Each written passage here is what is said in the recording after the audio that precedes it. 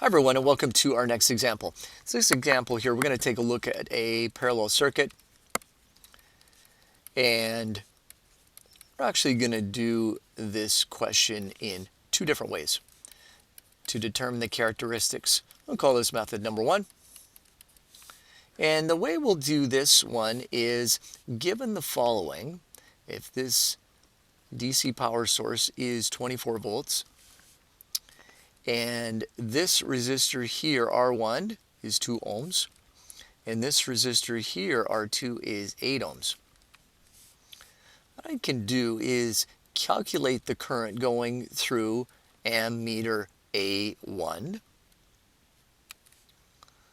As we know, some of the current will travel this direction here. Some will go through A1, and some will go through A2.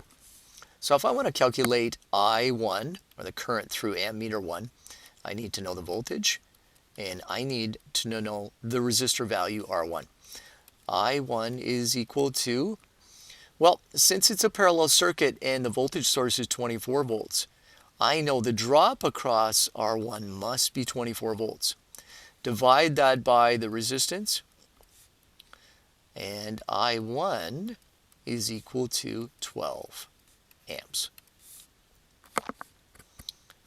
If I want to calculate the current going through I2, I must have the voltage across that resistor and the resistance R2.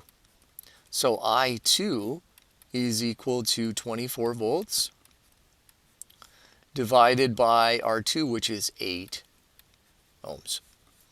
Doing the math, I2 is equal to 3 amps. So I know, going to my circuit here, that I1, or the current through this branch, is equal to 12 amps. And the current going through this branch is 3 amps. The current goes through here and up this direction. This current goes here. They meet at this point and add together. So I know that through A5, this must be the sum of the two. So I total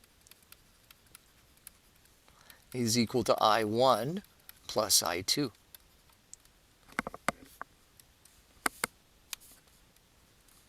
Which is equal to 12 amps plus 3 amps, which is 15 amps.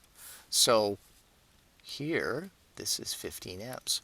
So I've got 15 amps going in, and I must have the same coming through A4. That's also 15 amps.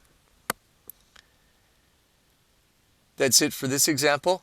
Take care. We'll talk to you soon.